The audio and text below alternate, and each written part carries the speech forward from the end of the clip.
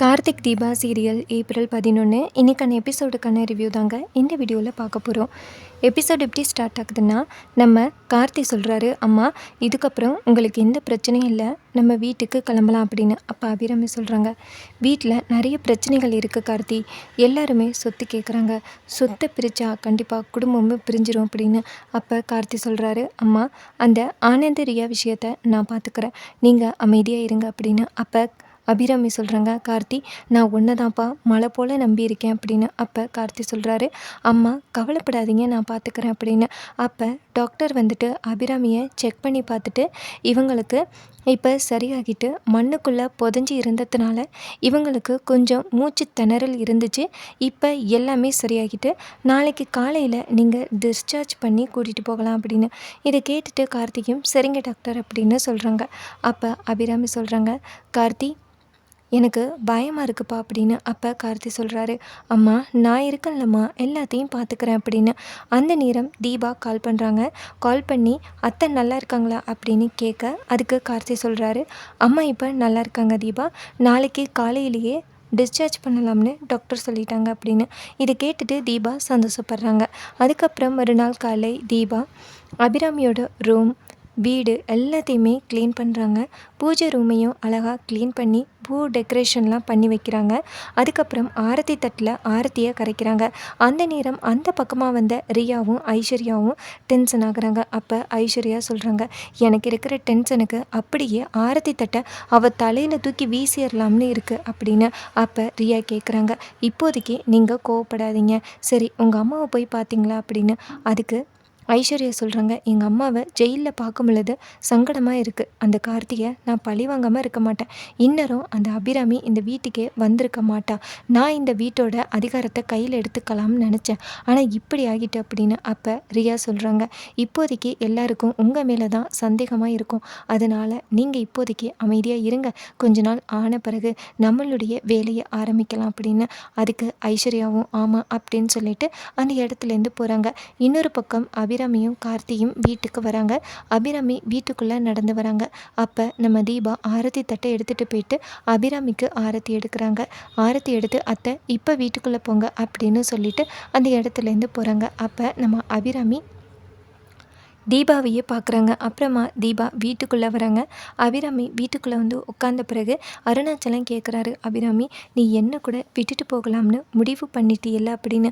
அதுக்கு அபிராமி சொல்கிறாங்க, இங்கே பாருங்கள் நான் என்ன பண்ணுறது அப்படின்னு. அப்போ கார்த்தி சொல்கிறாரு, அப்பா அதான் அம்மா வீட்டுக்கு நல்லபடியாக வந்துட்டாங்கல்ல, இனிமேல் அதை பற்றி பேச வேணாம் அப்படின்னு. அப்போ அருண் கேட்குறாரு, எப்படி கார்த்தி பேசாமல் இருக்க முடியும், அம்மா இல்லைன்னா நம்மளாம் என்ன கதி ஆகும் அப்படின்னு. அப்போ அபிராமி சொல்கிறாங்க, அருண் அதான் கார்த்தி அதை பற்றி பேச வேணான்னு சொல்லிட்டான்னு அப்படின்னு. அப்போ ஆனந்தி கேட்குறாரு, அம்மா உங்ககிட்ட ஒரு விஷயம் கேட்கணும் அப்படின்னு. அப்போ கார்த்தி கேட்குறாரு, அண்ணா இப்போ தான் அம்மா க்யூர் ஆகி வந்திருக்காங்க, கொஞ்ச நாள் ஆகட்டும் பொறு அப்படின்னு. அப்போ அபிராமி கேட்குறாங்க, கார்த்தி அப்படி ஆனந்த் என்ன கேட்டுட்டு போகிறான், ஆனந்த் கேளு அப்படின்னு. அப்போ ஆனந்த் சொல்கிறாரு, என்னால் தான் நான் சொத்து கேட்டதுனால தான் நீங்கள் இந்த வீட்டை விட்டு கிளம்புனீங்களா அப்படின்னு.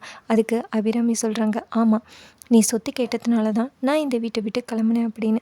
இதை கேட்டுட்டு ஆனந்த் சொல்கிறாரு, அப்படியா சரி அப்படின்னு. அப்போ அபிராமி சொல்கிறாங்க, இங்கே பாரு உனக்கு என்ன சொத்து தானே வேணும் அப்படின்னு. அப்போ ஆனந்த் சொல்கிறாரு, ஆமாம் எனக்கு சொத்து வேணும், நாளைக்கே நான் லாயரை வர சொல்கிறேன் அப்படின்னு. அப்போ அபிராமி சொல்கிறாங்க, நீ நாளைக்கெல்லாம் வர சொல்ல வேணாம், நான் எப்போவோ இன்றைக்கே வர சொல்லிட்டேன் அப்படின்னு. அப்போ கார்த்தி சொல்கிறாரு, அம்மா பிரச்சனையை நம்ம சார்ட் அவுட் பண்ணிக்கலாம் ஏம்மா அப்படின்னு. அப்போ அபிராமி சொல்கிறாங்க, கார்த்தி நீங்கள் எல்லாருமே தனித்தனி குடும்பம் ஆகிட்டீங்க, இதுக்கப்புறமும் நான் சொத்தை பிரிக்காமல் இருக்கிறது தப்புப்பா, அதனால் நான் சொத்தை பிரித்து கொடுத்துட்றேன் அப்படின்னு. இதை கேட்டுட்டு ரியா சந்தோஷப்படுறாங்க. இன்னொரு பக்கம் அபிராமி நேராக நம்ம தீபாவை பார்த்து மீனாட்சி எங்க அப்படின்னு கேட்க, அப்போ தீபா சொல்கிறாங்க, அத்தை உங்களுக்காக கோவிலில் அபிஷேகம் பண்ண போயிருக்காங்க அப்படின்னு. அதுக்கு அபிராமி சொல்கிறாங்க, அப்படியா இன்னரும் அவள் வந்திருப்பாள்ல, வா போய் பார்த்துட்டு வரலாம் அப்படின்னு. தீபாவும் சரி அப்படின்னு சொல்லிட்டு அபிராமி பின்னாடியே போகிறாங்க. அப்போ ஐஸ்வர்யா யோசிக்கிறாங்க, ஓ இப்போ தீபா உனக்கு செல்ல மருமக ஆகிட்டாளா அப்படின்னு. இன்னும் கொஞ்ச நாளில் மீனாட்சியை விரட்டி அடித்த மாதிரி உன்னையும் விரட்டி அடிக்கிறேன் அப்படின்னு. இன்னொரு பக்கம் நம்ம தீபா அபிராமியை கூட்டிக்கிட்டு போகிறாங்க. அங்கே டக்குன்னு நம்ம மீனாட்சி கால் பண்ணுறாங்க தீபாவுக்கு. அப்போ நம்ம தீபா கேட்குறாங்க, அக்கா எங்கே இருக்கீங்க? அத்தை உங்களை பார்க்கணுன்னு சொன்னாங்க, கெஸ்ட் ஹவுஸ்க்கு கூட்டிகிட்டு வந்தேன் அப்படின்னு. அதுக்கு மீனாட்சி சொல்கிறாங்க, தீபா நான் இன்னும் கோவிலில் தான் இருக்கேன், இன்னும் கொஞ்சம் நேரத்தில் வந்துடுவேன் அப்படின்னு. இதை கேட்டுட்டு